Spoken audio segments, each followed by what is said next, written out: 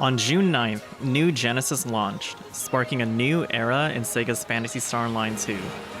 Today, 1 month has passed, so it's finally time to talk about New Genesis. The initial launch of the game was, in my opinion, hilarious. There's a German word called Schadenfreude, which means to derive pleasure from another's misfortune, and I think that best summarizes day 0. Now, for you MMO vets, you probably know that the first day, or even week of an MMO's release is probably the most unstable it will ever be outside of massive expansion releases. New Genesis was not alone in this. If you view the original Twitter thread for the announcements of every single extended maintenance, players were having complete breakdowns expecting a flawless release of one of the most anticipated free-to-play MMOs to come out.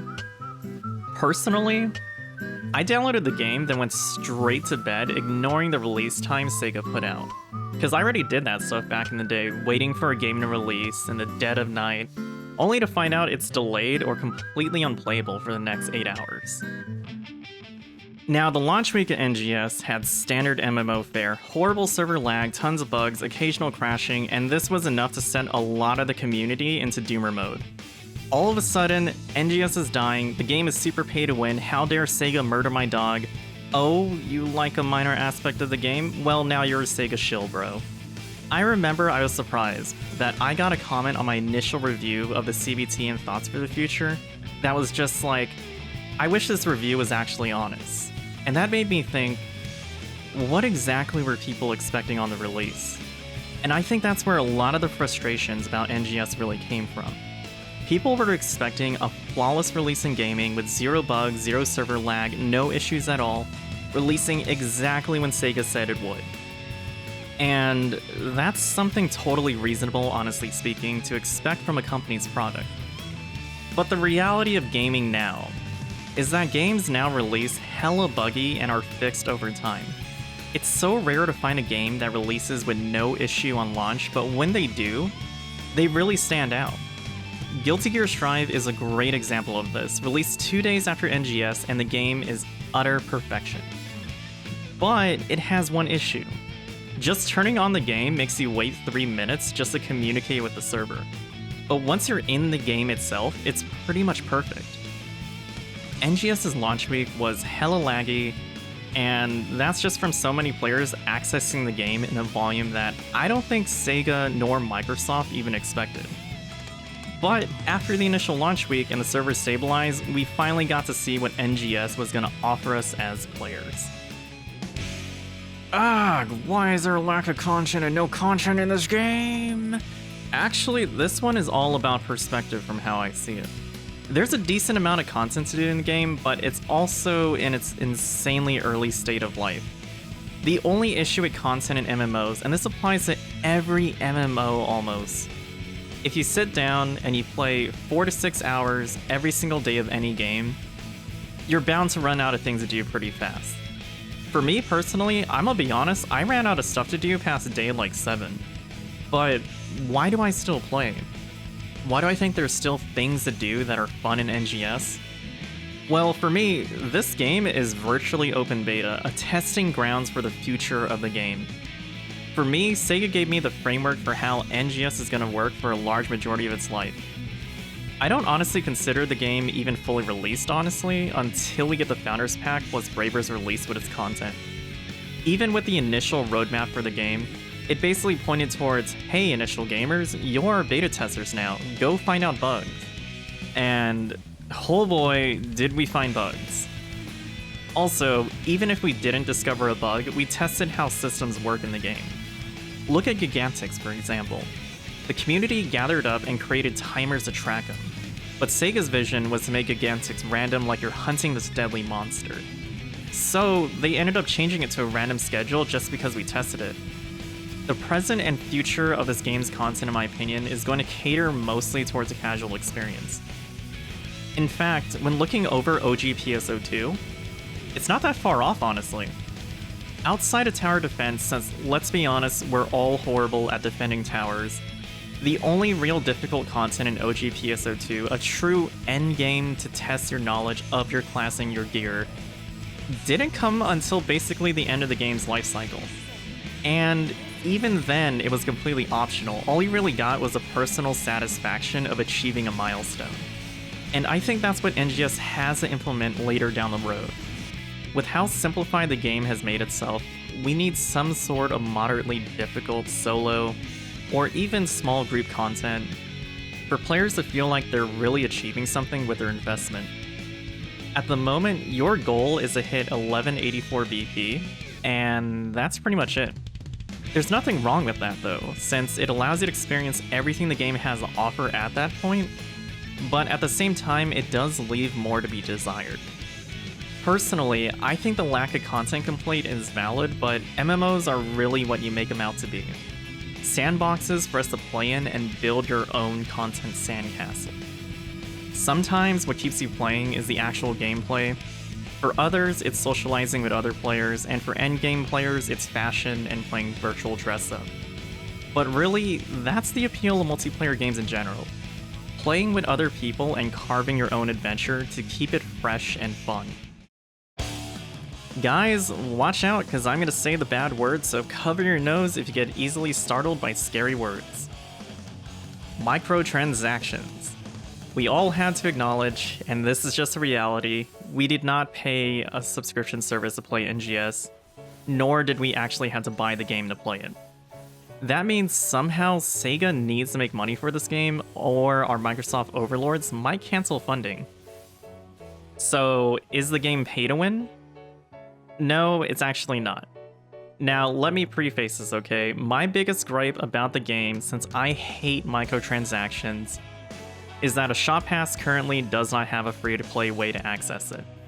It used to be part of the Fun Scratch as a 3-day pass, but NGS doesn't have Fun Points or a Scratch yet. I do believe SEGA will be re-implementing it back into the game eventually. Also, on top of this, I did go years without a shop pass in OG PSO2, and it didn't even impact my experience. Having access to the shop is nice, but in the grand scheme of PSO2 and NGS, not necessary at all.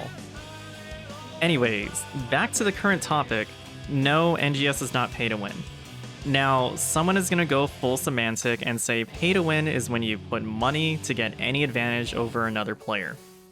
And I'm going to be honest with you, no, that's really not pay to win.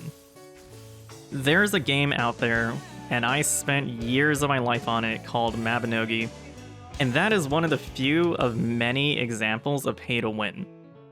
You literally cannot progress in Mabinogi to do anything meaningful unless you've dumped a lot of money.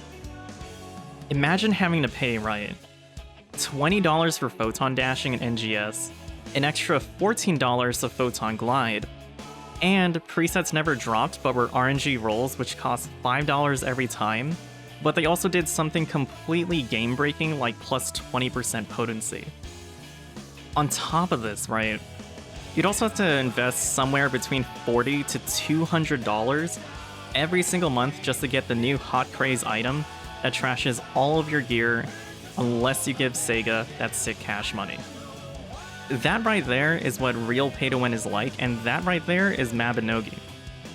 NGS's monetization is extremely tame and completely optional. It's so tame and optional that, I'm gonna be real with you, premium is worthless. The only true real benefit premium gives you in the long run boils down to the shop pass, which you can just buy for $7 for 30 days, which is half the price of premium. But also, you don't really need the shop pass either. There's not that many things in the game currently which will drain your bank completely unless it's fashion. And even those end up stabilizing down to a reasonable price since free-to-play players don't have access to sell things on the shop.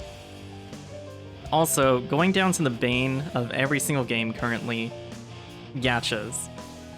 NGS's version is even more tame than OG PSO2. OG PSO2's gacha gave capsules which increase your damage, and were only available from the gacha. This means you had to dump a lot of meseta to grab these if you don't gacha. NGS has none of that currently. There are no gacha-only augments in NGS, and that may change in the future, but currently that's not the case. But even in the event that they do add them, just like OG PSO2, it came down to a very marginally small increase in damage.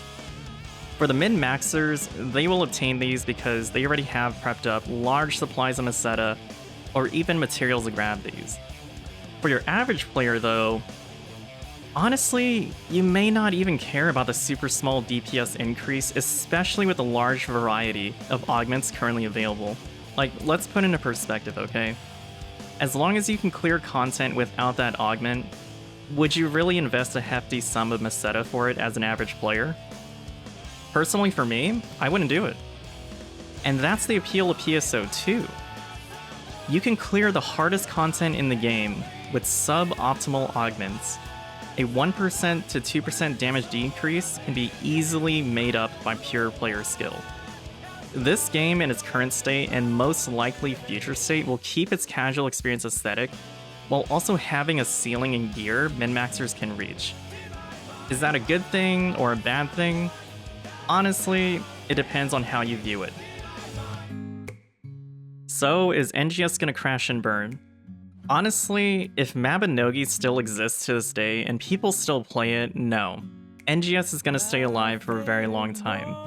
Microsoft already put their investment into the game, and SEGA, whether people like to admit it or not, did make a pretty fair and fun free-to-play MMO called PSO2. I don't think SEGA would do something like go down a more pay-to-win route, especially when we consider the current state and ire of pay-to-win in gaming.